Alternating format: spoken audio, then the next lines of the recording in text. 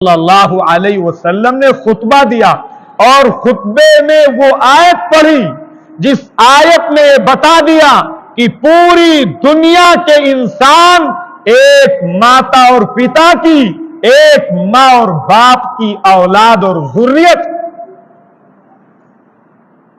آپ کے اس آیت کو اس موقع سے پڑھنے کا مطلب یہ تھا کہ ایک آدمی کے گھر میں کچھ کھانے پینے کا سامان باقی ہو اور اس کا دوسرا بھائی وہ بھوک سے اور فاقے سے دوچار ہو،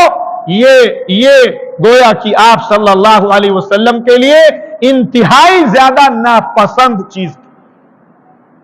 آپ نے فرمایا اعوذ باللہ من الشیطان الرجیم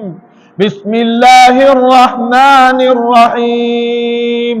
یا ایھا الناس